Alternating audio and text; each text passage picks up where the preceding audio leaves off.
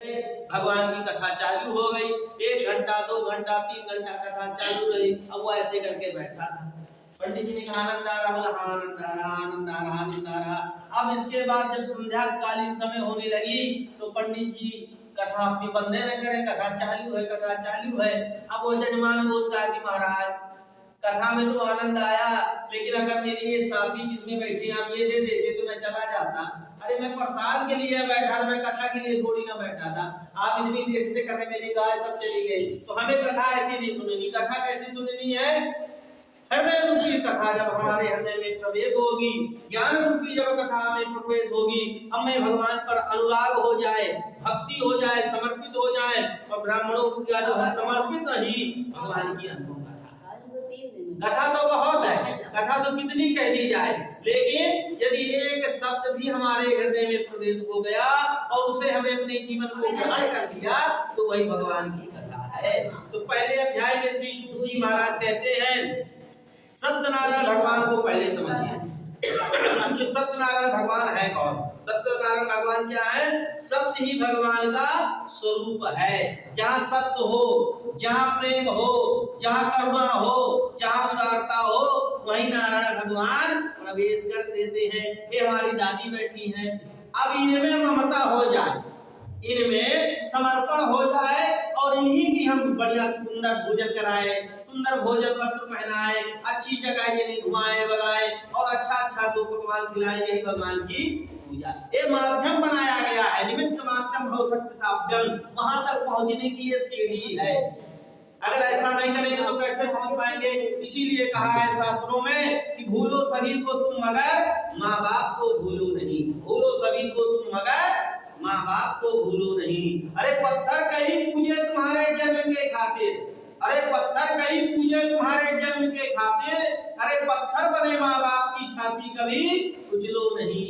मुख का निवाला दे रे जिनने तुम्हें मोटा किया, अमृत दिया तुमको जहर उनके लिए उगलो नहीं। कितने लड़े लड़ाए सब अरमान भी पूरे किए, अब पूरे करो अरमान उनके, यह बात तुम भूलो नहीं। माँ कैसी होती है?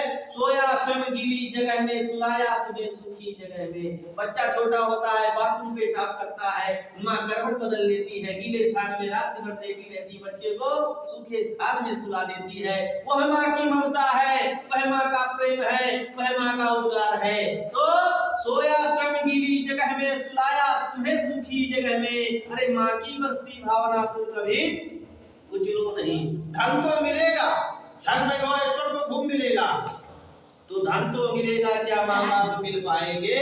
और माँ की गृहस्थी भावना तुम कभी उजलो नहीं। भूलो सभी को तुम मगर माँ बाप को भूलो नहीं। जब हम इस प्रकार से अपने जीवन को व्यतीत करेंगे तब हम सत्यनारायण भगवान के मर्म को जान जाएंगे। सत्यनारायण भगवान कैसे है?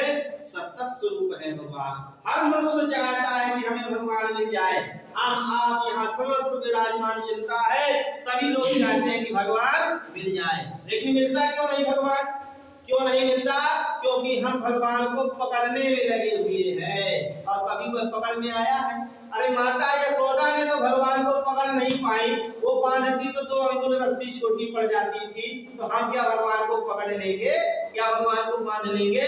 जब स्वयं भगवान के आधार पर परमात्मा की मां नहीं बांध पाई तो क्या हम मानव उस भगवान को पकड़ लेंगे? हमें पकड़ना नहीं है, हमें क्या करना है? हमें 2 गतियां होती हैं मनुष्य की, एक बिल्ली का बच्चा होता है और एक मदरिया का बच्चा होता है। बिल्ली का बच्चा क्या होता है? जब जन्म होता है तो दूर भागता है, तो माँ उसको मुख से पकड़ती है और गंतव्य स्थान पर ले जाती है, इधर उधर करती है। और मदरिया का बच्चा क्या होता है? जन्म धारण करके माँ की छाती पर लपटता है, माँ को पकड़ता है।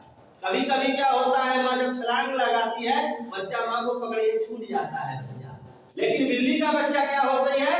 माँ उसको पकड़े रहती है, वो कभी छूटती नहीं है। तो हमें किसके बच्चे बनने की जरूरत है? बिल्ली का बच्चा बनने की जरूरत है कि भगवान हमें पकड़ ले, और जिसे भगवान पकड़ लेते हैं फिर उसका अथाह भव सागर से वह पार हो जाता है, भव सिंधु से पार हो जाता है। इसीलिए हमें तन समर्पित, मन समर्पित और यह जीवन समर्पित के भाव से भगवान का पूजन करना चाहिए।